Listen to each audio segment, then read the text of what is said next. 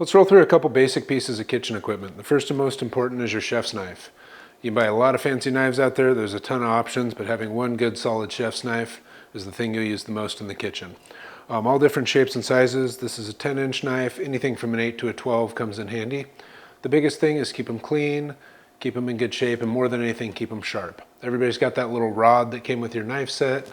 You do this action on it, that's really just for honing your knife. That's for taking the parts of the edge that have sort of rolled over and straightening them back out. You won't be able to put a sharp edge on your knife like that. There's some great home kits you can get to sharpen knives, but no matter where you live, there's also somebody in your town or close by that'll sharpen them professionally. Take them in every few months, it's only a few dollars, and it's always well worth it. The next knife in the roll here is a little utility knife. Also paring knives, maybe an inch shorter than this. Either one comes in handy. They're great for small things. I use this for everything from cutting small vegetables to deboning chicken. I use this knife a ton in the kitchen. Bread knife, really handy obviously for bread, getting through a crust. Also comes in handy for thin-skinned vegetables. I usually use it to start my cuts on tomatoes, where a chef's knife might just kind of squish things down. Eggplant works very well. Taking the skin off melons. Bread knives work great for that stuff. Microplane zester, another cheap addition that you should have in every kitchen. A lot of the recipes we're doing call for lemon zest or orange zest. Using one of these, you just get that zested peel out of there. You don't get any of that white pithy stuff underneath that makes things bitter. Get you just the right amount, super easy to use.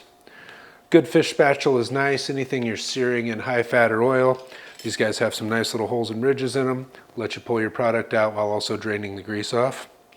Measuring spoons, we know them all, but the big guy's a tablespoon. You've got a half teaspoon, a teaspoon, quarter teaspoon.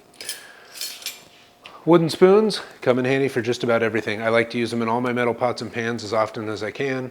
They don't melt, they don't burn, they don't scrape metal off the pan. They're a nice gentle way to stir just about everything. An offset spatula you'll see used in some of the recipes we did, really just for smoothing things out. It's a nice little easily handheld gadget. Helps just put a perfect edge on things.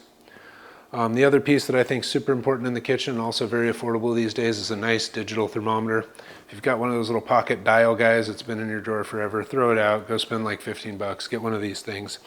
They work great, they're instant read, you almost never need to calibrate them, and it's really the surest way to make sure your proteins are cooked all the way through. Is your chicken done? Is your steak at the temperature you want it? Is your soup hot enough to serve?